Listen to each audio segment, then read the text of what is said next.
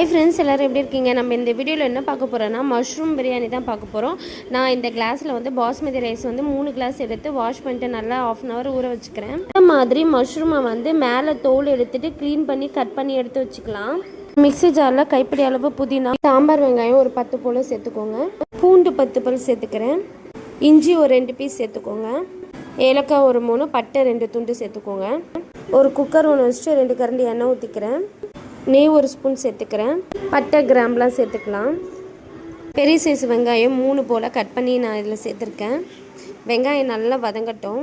கொஞ்சமாக சால்ட்டு சேர்த்துக்கோங்க. வெங்காயம் சீக்கிரம் வதங்கிடும். 2 பச்சை மிளகாய் சேர்த்துக்கிறேன்.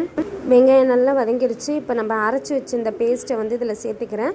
இது பச்சை வாசனை போடுற வரையும் நல்லா வதக்குங்க. ஒரு 3 தக்காளி நல்லா பழுத்ததாக வந்து இதில் கட் பண்ணி சேர்த்துக்கிறேன். நல்லா தக்காளி வதங்கட்டும்.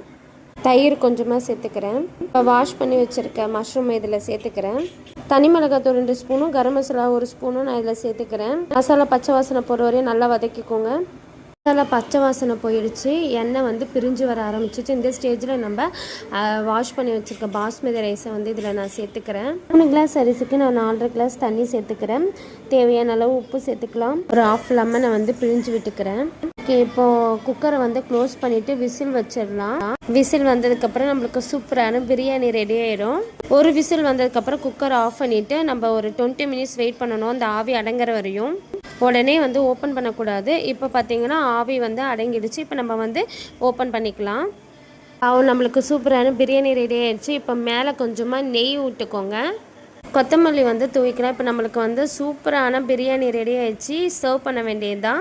எவ்வளோ அழகாக வந்து உதிரி உதிரியாக ரெடியாக இருக்குது. நீங்களும் இந்த மாதிரி ட்ரை பண்ணி பாருங்கள்.